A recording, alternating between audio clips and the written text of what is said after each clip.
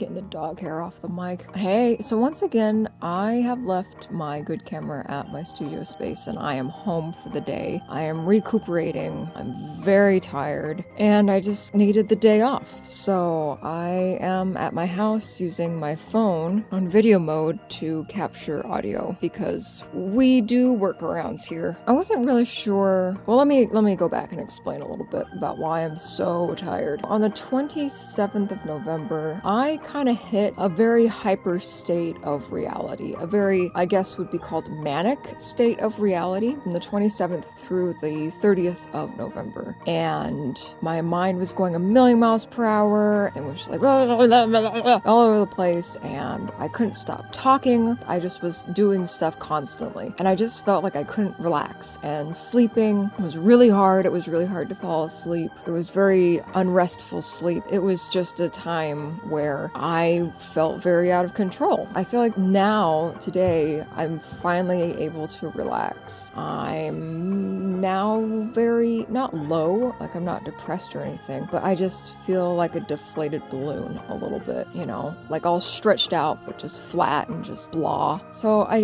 I just couldn't get in my car. The idea of driving was just something that I couldn't do today. So I stayed home and I helped my mom put up some Christmas decorations. Got to the craft store and got some little Christmas balls for the Christmas tree that we have. We got a miniature 3-foot tall Christmas tree that's flat on one side, so you hang it off the wall. Because we knew that with the puppy, the big Christmas tree just was not something that was going to happen this year. There was no way, because that dog is, he's a coonhound and he's 6 months old, and when he jumps up he can be well 5 feet tall, and we just didn't have a gate that would be sufficient for that. So we got a wall hanging tree and we got some tiny little ornaments to put on it because it's pretty small, and so we did that. I got some yarn to make a runner for my mom's bookcase and got a frame, an 8 by 10, 8.5 by 10 frame, I'm not sure. I ordered a print from one of my favorite artists. She lives in France. I'll link her channel below. She is amazing. She's very insightful and she brings me a lot of joy and a lot of inspiration. And when I watch her videos, they're so vulnerable and so raw and so real that it inspires me to be so, which is the reason why I mentioned, you know, being manic for the last few days. And normally I wouldn't, you know, mention that. I've been very unsure about whether or not to talk about mental health stuff. Maybe later. I don't know if anyone has an interest in that, but I could talk about mental health stuff if anybody wants that. I highly doubt it. I don't even know if anybody enjoys hearing my voice with watching me draw and stuff, or if people would prefer that the drawing just had music over it. I'm not sure. I don't think I have enough data or enough eyes looking at my stuff to be able to make a positive call on that. Anyway, but yeah, I should have probably recorded, well, I say I should have recorded audio when I was like really elevated, but the truth of the matter is that I was getting nothing done and I would not have been able to record a cohesive thing. So yeah, that didn't happen. What I wanted to talk about is I've reached a point recently where I've applied to many places to show my artwork and have been turned down each time. I've applied to 5, maybe 7 different places to show work, and all of them have said no. And it's been very harrowing and very easy to feel like shit, you know, make feel like your art's worthless, like you're worthless. But in my elevated state over the last few days, I really just hit this wall where I was just thinking, you know what? I'm tired and I don't care.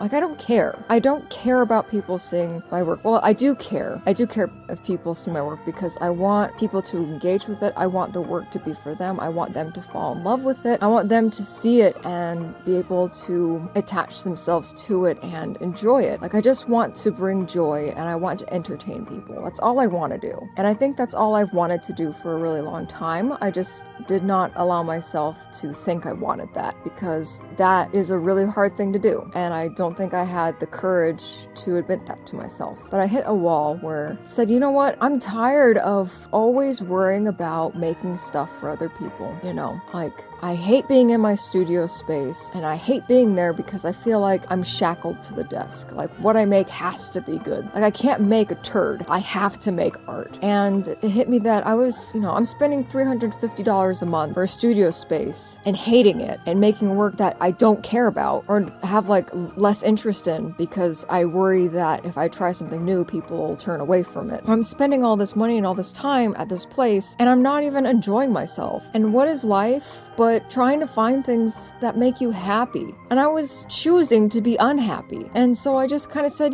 screw it.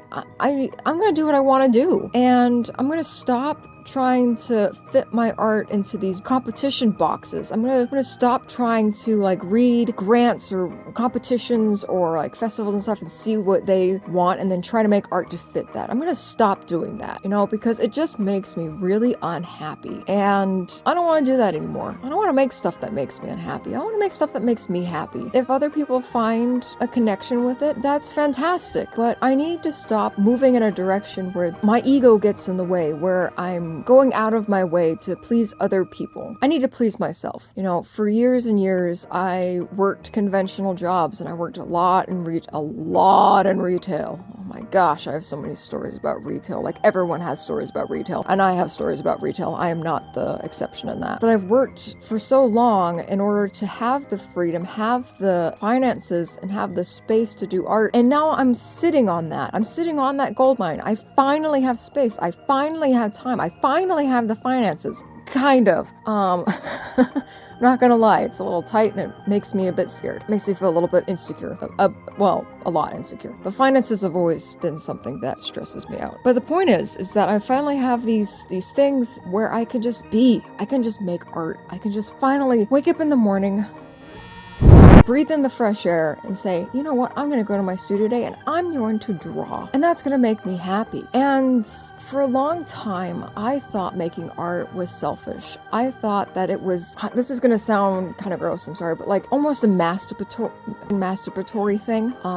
where it's like, oh, I'm going to do just what I want and I'm going to do just what makes me happy. I grew up with this thought, this notion, this feeling that you just don't have happiness. You have to work as hard as you can to get happiness, that it's just something that's out of reach and you have to accept it, and finding joy in work is just not something that happens. Suffering is just how everybody lives. And I'm realizing that that's just not the case. I don't have to have that be the case. I can stop feeling guilty for drawing because I feel guilty for making art. I feel guilty for having a studio space. I feel guilty about being able to do what I want. And feeling guilty is a choice that I've decided to feel, and I'm done with that. I'm tired of feeling guilty. I shouldn't feel guilty. I've worked really hard to get where I am, and I unfortunately have faced a lot of hardship, and I can go into that more, but I'm holding off on like mental health and stuff like that. But I deal with a lot. People keep telling me that I deal with a lot, and I keep on brushing it off thinking, no, I'm lazy. I just need to work harder. I just need to work harder than everybody else because I'm lazy. And that's not the case. I'm not lazy. I don't need to push myself to death because I feel like I'm in competition with other people. Like, I don't feel like what I do is good enough. I don't feel like what I do is good enough to other people compared to them. And comparison is the thief of joy. And I was letting comparison take my joy, and I'm really tired of it. So I'm not going to let that happen anymore. I have the ability and I have the choice to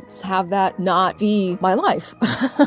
And it's taken me this long to like kind of realize that. And I had to go through all these things to finally get to this point. So I'm not upset that I struggled for so long. And I'm not upset because now I can see both sides of the coin. I can see how people feel in many different types of retail situations. I can commiserate with factory workers. I can commiserate with customer service employees. Like, I've worked those places. I can feel that empathy, and I don't regret that empathy that I gained through doing those jobs. Like, that's a gift, and I greatly treasure that gift. But now it's time that I do what I was meant to do what I've done since 3 months old. It is time that I just make art. I just make art. That's all I gotta do. That's all I have to do. I just have to make art.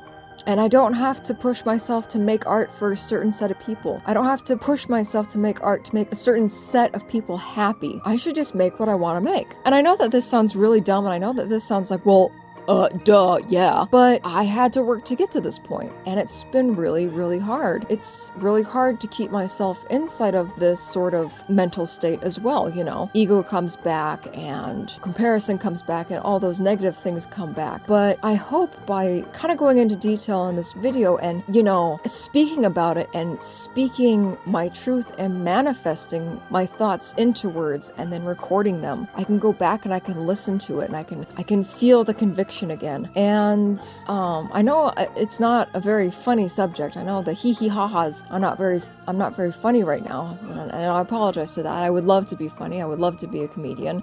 Too bad I'm not funny. Anyway, this week is just a week of acceptance. And I haven't even started talking about this piece, so I'm just going to quickly throw it in here, and hopefully it makes the cut. This drawing that I'm working on now, I stopped it. I did not finish it because I did not love it. I worked to this point, and you've watched me work to this point and use these materials, and I put the drawing aside, and I'm not doing it anymore. This drawing will not be finished because there's no love for it. I will be doing something with a Kelpie later, but it's not this drawing. I felt a failure for not being able to finish this drawing, but I'm not a failure. This drawing, it just doesn't have what it takes to be a complete thing for me. So this is the last video that you'll see it, because it cannot be finished. It is not done, and it will probably never be done. It's a step in a direction I want to take, but it's just the wrong step to stand on for the amount of time that I've been standing on it. So I'm moving forward.